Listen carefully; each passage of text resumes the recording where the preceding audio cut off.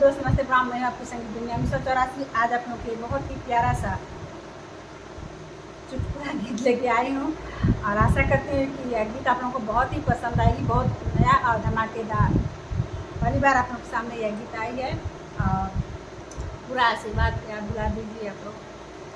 हल्ला पूरा भइल बाबा जार छोटी नाना दी बलिया में आइल बा सोनार छोटी नाना दी। हल्ला पूरा भइल बाबा जार छोटी नाना दी बलिया में आइल बा सोनार छोटी नाना दी बलिया में आइल बा सोनार छोटी नाना दी। टिकवा भले गाड़ेला टिकुलिया भले गाड़ेला टिकवा भले गाड़ेला टिकुलिया भले गाड़ेला नातिया गड़ेला पतेदार छोटी नाना दी नातिया गड़ेला पतेदार छोटी नाना दी। हल्ला पूरा भइल बाबा जार छोटी नाना दी हल्ला पूरा भइल बाबा जार छोटी नाना दी बलिया में आइल बा सोनार छोटी नाना दी बलिया में आइल बा सोनार छोटी नाना दी।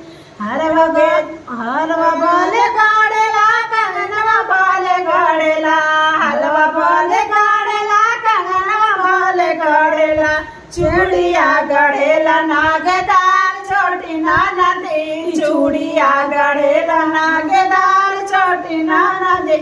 हल्ला पूरा भइल बाबा जार छोटी नाना दी हल्ला पूरा भइल बाबा जार छोटी नाना दी। पैजनिया बोले गाड़ेला बिछुआ बोले गाड़ेला पैजनिया बोले गाड़ेला बिछुआ बोले गाड़ेला छागला गड़ेला घुघुदार छोटी नाना दी छागला गड़ेला घुघुदार छोटी नाना दी।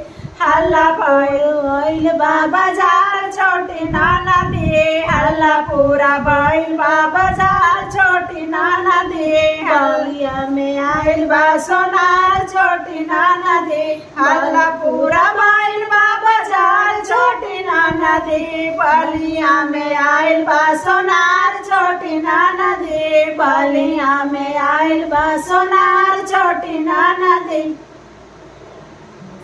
बस आप लोग को ये गीत कैसी लगी?